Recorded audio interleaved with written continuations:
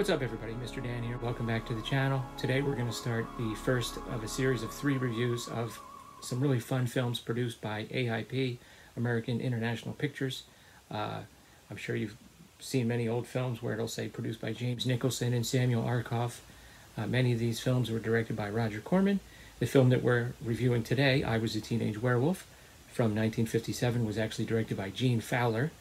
But Samuel Arkoff had a simple formula he called the Peter Pan formula, where he looked at the target audience that he was trying to reach, and his rationale was, will a little brother watch a movie that his big brother wants him to watch? Yes.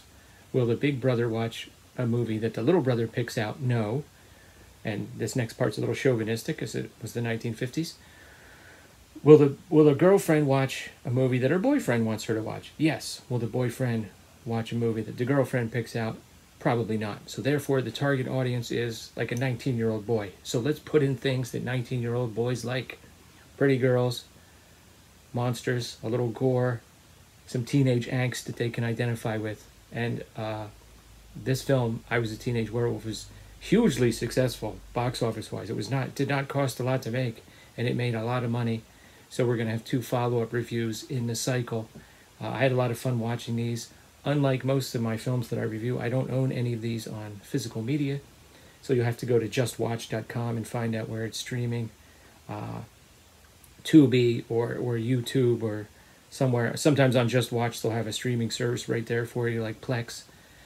But this is a fun one. And yes, this was a Mystery Science Theater episode, and it was a pretty good one.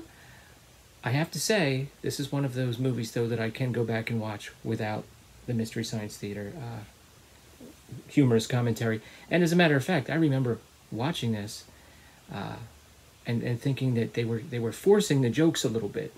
You know, despite the fact that you have a guy wearing a Letterman jacket with full werewolf makeup running around, they were almost like running out of jokes and pulling in other things that weren't in the movie, and it was a little forced, not really one of their best episodes, I don't think. And that's a testament to the film. Yes, it's a B movie. It has a lot of improbable things, but it's a fun B movie, and it's pretty good. And I have to say, Michael Landon in the lead role is very good. There's lots of angst. He plays a student who has anger issues. He gets into a lot of fights. He's constantly getting into trouble. Him and his friends have a house that they hang out in. So they go there, and of course there's a musical number, as there often was in these films. And then they play some pranks on each other.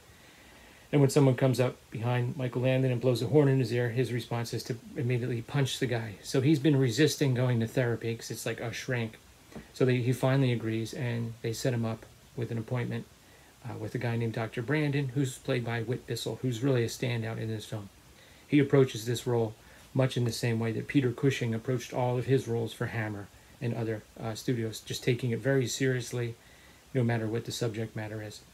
So he wants to use hypnosis to sort of regress Michael Landon's character to a calm state, but he goes back and turns him into a werewolf. Not sure where werewolves fit into human evolution, but whatever, it's that kind of movie. So pretty decent makeup, maybe oversized teeth, but you know, there's a couple scenes where there's like drool coming out of his mouth, and as he's, you know, stalking people. And essentially, you know, you've got a werewolf story. He's on the loose. They trap him in the woods. At one point, it does get a little repetitive as they're looking around the woods for torches. He gets attacked by a dog. They find a dead dog. Eventually, he's able to fall asleep and then wake up as a human and then sneak back into town. But, you know, that's not going to be the end of it because, you know, everyone recognizes him and they're looking for him. So there's a tragic ending, as there was often the case. And I'll just point out, too, once again, Michael Landon's very good in this. There's a scene where he goes to pick up his girlfriend, who's played by Yvonne Lime. She's okay, kind of standard, you know. And her parents are a little huffy. They're like, well, he can at least come in and say hi to us before he takes you out, and you better be home at midnight, all this stuff. So Michael Landon gives a little attitude back, but you can tell he's trying to restrain himself. He's trying. So, you know what I mean? It's a pretty good performance. He's trying, and that, you know, when he punches his friend at one time, he's really upset about it. So, good performance. Also, there's a detective in here played by Barney Phillips. He was a Twilight Zone veteran, appearing in, I believe, 4 episodes, including the famous Will the Real Martian Stand Up? And you know, at the end of that film, there's a great reveal. That's his face. he lifts up his hat, and if you know, you know. If not, go check out that episode. So very cool to see him in this a few years before those Twilight Zone episodes. He's also very good. And all three of the films that I'll be reviewing, in addition to have teenagers and love interest and often musical numbers, which are like throwaway musical numbers, all three of them feature an assistant. The assistant is named Hugo, okay, who's, kind of this put-upon guy who's, every once in a while will try to be the voice of reason. I'm not sure we should be doing this. And it's like, shut up, Hugo, I'm the doctor. So, once again, really good performances. 3 very solid performances in this very fun movie. It zips along. Like I said, hour and 16 minutes it goes by. If you haven't seen it, go ahead and check it out. Now, incidentally, actually we'll talk more about that, Michael Landon's feelings towards the movie, when we get to the 3rd review. So come back for that. Okay.